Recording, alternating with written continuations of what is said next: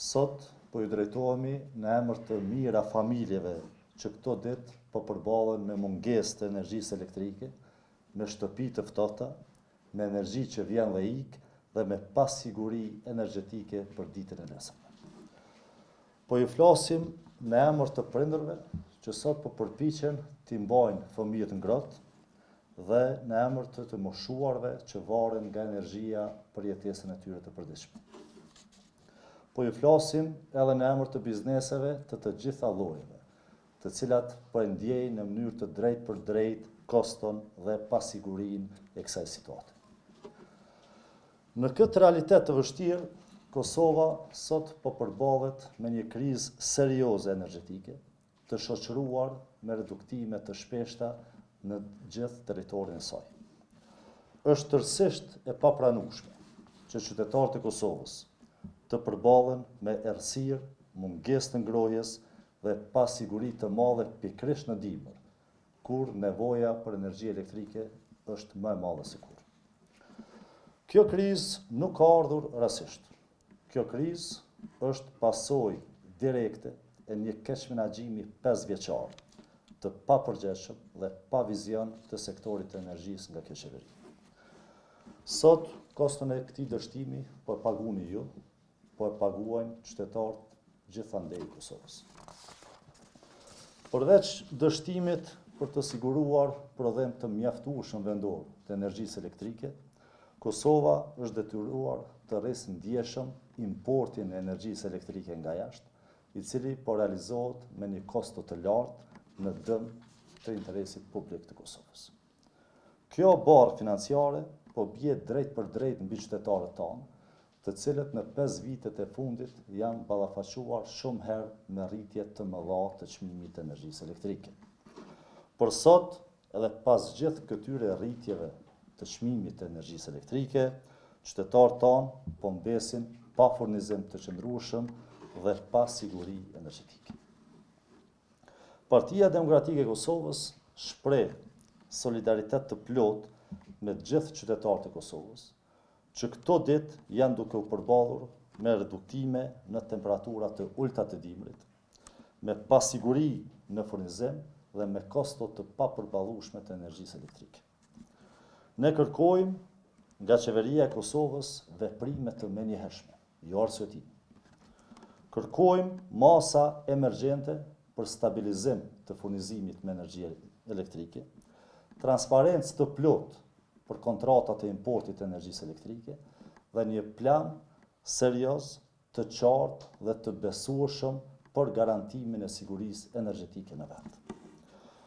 Është po ashtu shqetësuese dhe e papranueshme që një sektor që për 5 vite me radhë është shoqëruar me afera dhe skandale të njëpasnjëshme, me dyshime serioze për korrupsion masiv, të mos përballet asnjëherë me llogaridhënie, por ta gëzoj vazhdimisht mbrojtjen politike të qeverisë.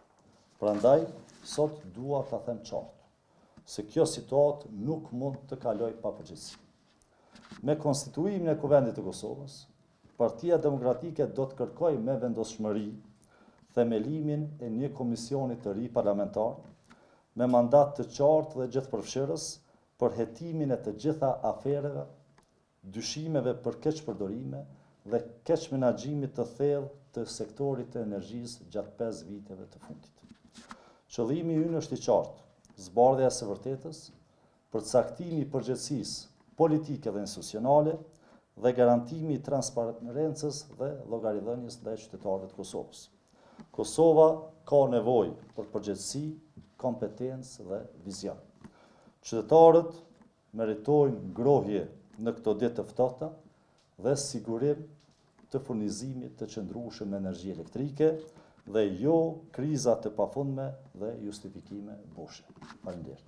Sigurisht që Kryesia e Partisë Demokratike të Kosovës ka marrë vendim për fillimin e përgatitjeve për zgjedhje dhe sigurisht që gjatë këtyre përgatitjeve do të përcaktohet edhe kohëzgjatja e gjithë këtij procesi, por ne jemi të përkushtuar për një proces serioz zgjedhor të brendshëm dhe sigurisht që përgatitjet e duhura do të bëhen dhe me kohë do t'ju njoftojmë për gjitha hapat në vijim për sigurimin e këtij procesi.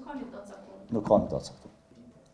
Sigurisht që Partia Demokratike e Kosovës do të dalë me qëndrime të qarta për gjitha këto tema të cilat do të jenë pjesë e punës tonë në legislaturën e ardhshme, por sot shqetësimi jonë kryesor dhe arsyeja pse ju kemi ftuar është kriza energjetike në vend dhe prandaj sot ju kemi ftuar të diskutojmë për domosdoshmërinë e masave urgjente për sigurim të furnizimit me energji elektrike, ndërsa për gjitha tema tjera do të keni qëndrime të qarta. Sigurisht që po, ne edhe të kaluarën ata ne kemi thonë që edhe zëreja, edhe çdo institucion tjetër që funksionon në Kosovë, në rend të parë duhet ta ketë interesin publik.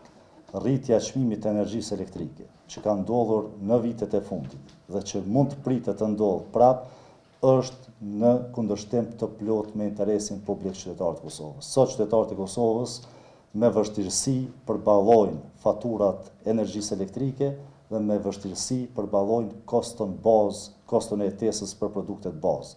Dhe sigurisht që edhe zëreja duhet t'jap llogari dhe duhet t'jap përgjegjësi për veprimet e saj, për shkak se zëreja është institucion që duhet të operojë për interesin publik, për interesin e qytetarëve të Kosovës dhe sigurisht që do të kërkojmë përgjegjësi për çdo vendim që e ka ndërmarrë deri më tani dhe për vendimet që mund t'i marrin të ardhmen.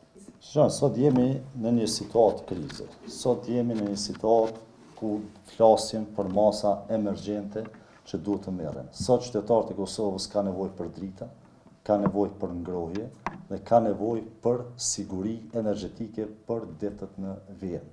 Ndërsa në aspektin afatgjatë, qeveria e Kosovës duhet të dalë me një plan të qartë për rritjen e kapaciteteve të mjaftueshme vendore për prodhimin e energjisë elektrike dhe për sigurimin e një kosto të përballueshme për qytetarët e Kosovës. Për shkak se situata e tanishme është plotësisht e papranueshme. Qytetarët e Kosovës përballen me kosto të papërballueshme dhe me gjithë këtë kosto nuk kanë energji elektrike dhe nuk kanë alternativë nga institucionet e Kosovës as për ngrohje, as për shërbime bazë. Dhe kjo është ajo që ne kërkojmë. Masa emergjente për sigurim të furnizimit me energji elektrike gjatë kësaj periudhe dhe një plan të qartë për garantimin e sigurisë energjetike për periudhën e tij.